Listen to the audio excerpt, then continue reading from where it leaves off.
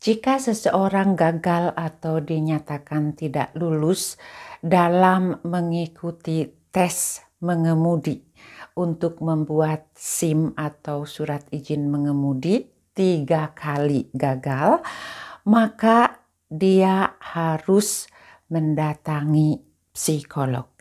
Itulah peraturan yang ada di negara Swiss. Halo sahabat tercinta dimanapun kalian berada, jumpa lagi dengan saya Pribumi Bandung dari Switzerland. Semoga kalian semua ada dalam keadaan sehat dan sejahtera selalu. Amin. Pada kesempatan video kali ini saya ingin memberikan informasi bagaimana cara dan persyaratan untuk membuat SIM atau surat izin mengemudi di negara Swiss. Karena ada beberapa sahabat yang bertanya kepada saya ya di komen-komen di video saya sebelumnya yang menginginkan atau ingin tahu bagaimana cara dan persyaratannya. Nah, untuk jelasnya silahkan ikuti videonya. Sebelum saya berlanjut secara detail menjelaskan apa syarat-syarat untuk membuat SIM di negara Swiss ini, di sini saya pun ingin menginformasikan ketika dulu saya membuat SIM-nya itu agak sedikit berbeda, yang artinya peraturan 35 tahun lalu itu tidaklah seketat hari ini. Kalau di zaman waktu saya membuat SIM ya, saya lulus praktek dan teorinya, maka saya bisa langsung mendapatkan SIM seumur hidup secara permanen. Namun kalau peraturan hari ini atau sudah berlangsung beberapa tahun ke belakang, di mana seseorang kalaupun lulus mengikuti semua persyaratannya yang lebih ketat, maka dia pun tidak mendapatkan SIM secara permanen, namun mendapatkan SIM uji coba dulu selama 3 tahun. Jadi dalam 3 tahun ini kalian betul-betul harus mengikuti peraturan secara benar ya, dilarang membuat kesalahan, apalagi kesalahan yang total demikian. Karena kalau selama 3 tahun kalian mendapatkan SIM ini dan melanggar peraturan secara berat ya, maka ini pun bisa ditarik lagi dan kalian akan kehilangan surat izin mengemudinya. Dan jika selama 3 tahun ini kita berkendaraan secara baik, tidak pernah melanggar peraturan lalu lintas yang ada, maka dari SIM yang sementara itu kita bisa gantikan menjadi SIM permanen yang juga sama berlaku seumur hidup. Nah, sekarang saya akan menjelaskan ya langkah-langkah apa yang harus kita lakukan untuk membuat SIM di negara Swiss. Yang pertama, jika kita menginginkan ya berencana untuk membuatnya, maka kita harus mengikuti kursus P3K. Pertolongan pertama pada kecelakaan yang berlangsung selama 10 jam. Jadi dalam 10 jam ini tuh tidak diambil dalam 1 hari ya. Ini bisa dalam beberapa kali. Jadi tergantung persetujuan kita dengan pihak yang memberi kursus. Apakah itu sekali datangnya 2 jam atau 1 jam, itu terserah ya, kita bisa bebas memilih. Namun jumlahnya adalah 10 jam wajib kita ikuti. Setelah kita dapatkan surat resmi ya, kalau kita sudah mengikuti kursus P3K tersebut, maka langkah berikutnya kita harus mengikuti kursus untuk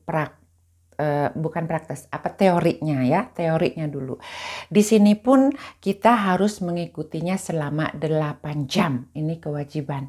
Jadi dalam kursus ini akan diterangkan bagaimana sistemnya ya, rambu-rambu lalu lintas, tanda dan ini itunya.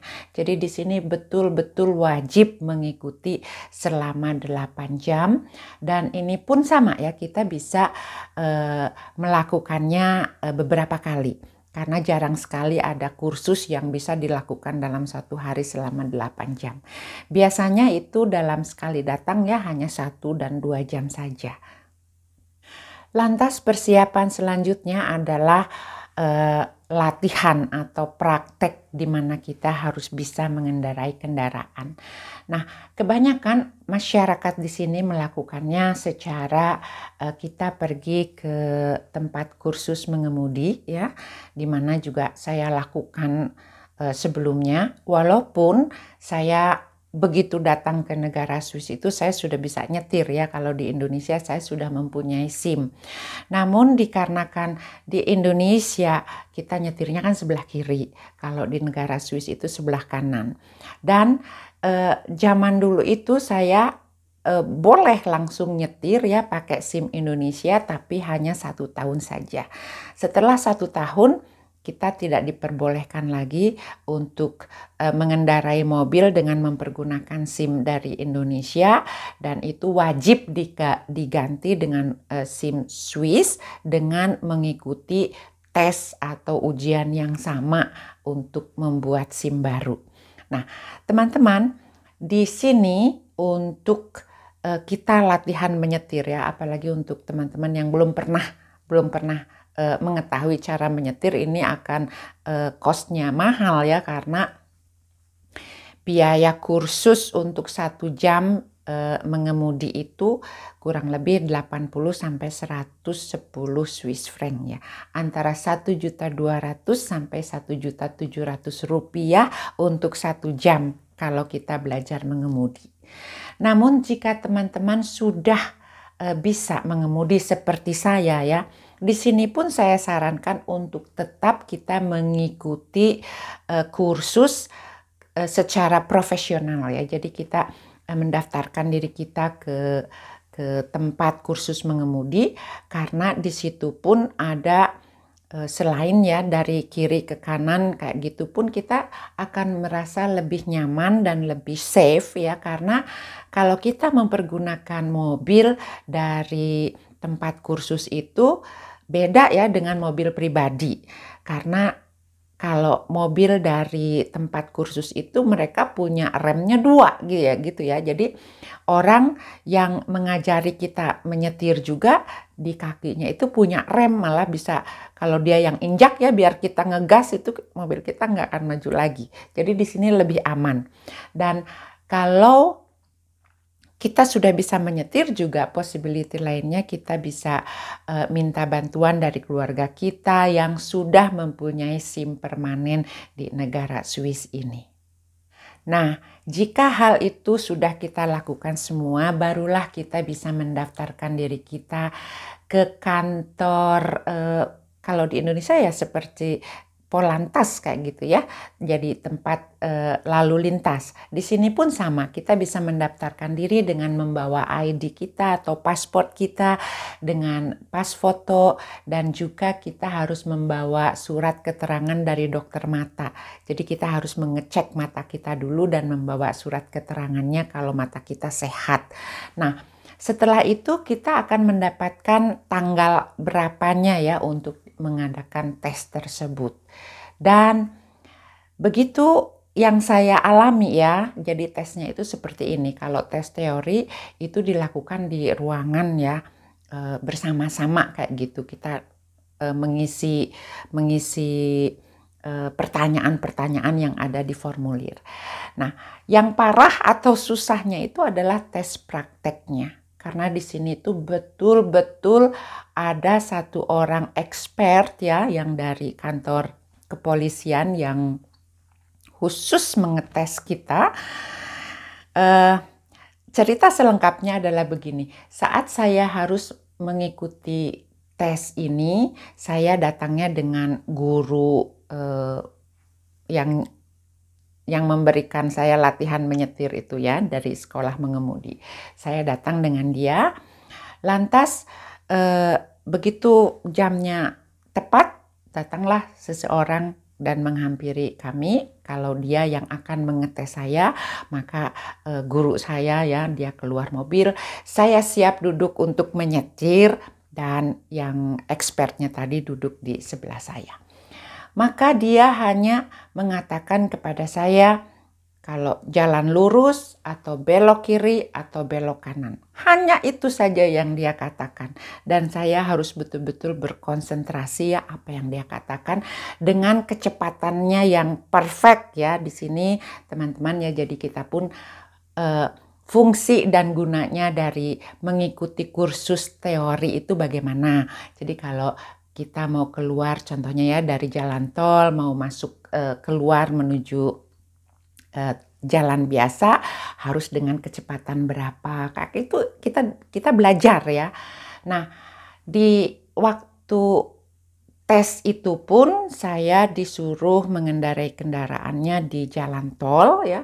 Setelah itu begitu keluar saya juga disuruh masuk ke kota ya di sini.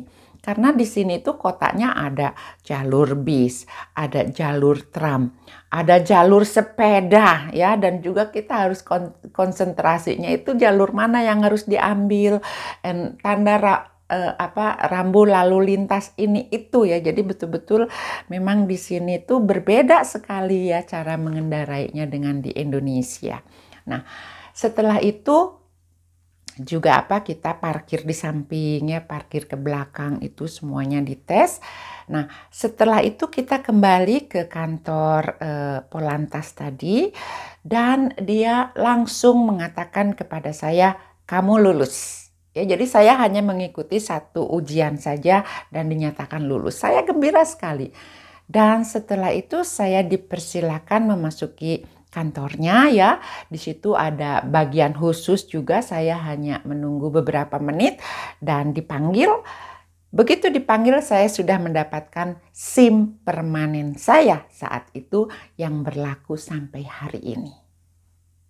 Namun jika seseorang tidak lulus dalam tes praktek atau teorinya selama 3 kali ya, jadi ada kalau enggak prakteknya teorinya pokoknya 3 kali itu ada yang enggak lulus-lulus, maka di sini mereka akan menyuruh kita untuk pergi ke psikolog sebelum kita ingin kembali mencoba tes-tes berikutnya. Di sini tuh wajib. Sampai ada surat keterangan dari psikolog kalau kita dinyatakan siap kembali untuk mengikuti tes tersebut. Nah, hal ini pun ada terjadi ya kepada sahabat saya sama orang Indonesia yang juga sudah lama tinggal di negara Swiss. Dia pun 3 kali gagal mengikuti tes drivingnya ya, sehingga dia pun harus pergi ke psikolog. Pertama kita kan ketawa, kenapa ya harus pergi ke psikolog karena ingin bikin SIM yang gagal.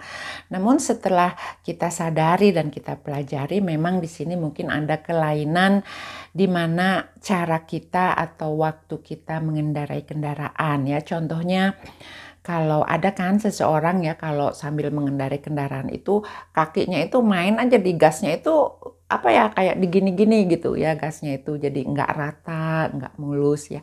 Itu kan tanpa kita sadari. Nah, hal-hal sekecil itu yang kita tidak sadari ya di sini itu sangat diperhatikan. Jadi saya bisa katakan kalau seseorang yang mempunyai SIM, surat izin mengemudi dari negara Swiss, itu betul-betul melalui proses yang ketat. Jadi mohon maaf ya, tidak sama dengan di Indonesia, kita bisa nembak bikin SIM kayak gitu ya.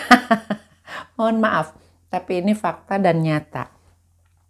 Entah ya kalau hari ini mungkin sudah tidak bisa. Saya berbicara beberapa puluh tahun yang lampau ya, di zaman saya membuat SIM itu saya masih bisa nembak-nembakan kayak begitu. Yang artinya ya kita datang memberi uang kepada salah satu bapak polisi dan tahu-tahu SIM kita dipanggil hanya untuk foto dan tahu-tahu SIM kita udah jadi seperti itu. Mohon maaf. Namun saya yakin ya banyak teman-teman yang lain pun memang begitu keadaannya. Nah, kalau di negara Swiss itu hal ini tidak bisa ya. Jadi betul-betul dilalui dengan proses dari orang tersebut. Apakah dia bisa mengendarai kendaraan atau dia dinyatakan tidak mendapatkan surat izin mengendarai kendaraan. Demikianlah sharing saya pada kesempatan video kali ini. Semoga bermanfaat. Saya Pribumi Bandung dari Switzerland mengucapkan terima kasih dan sampai jumpa di video selanjutnya. Goodbye.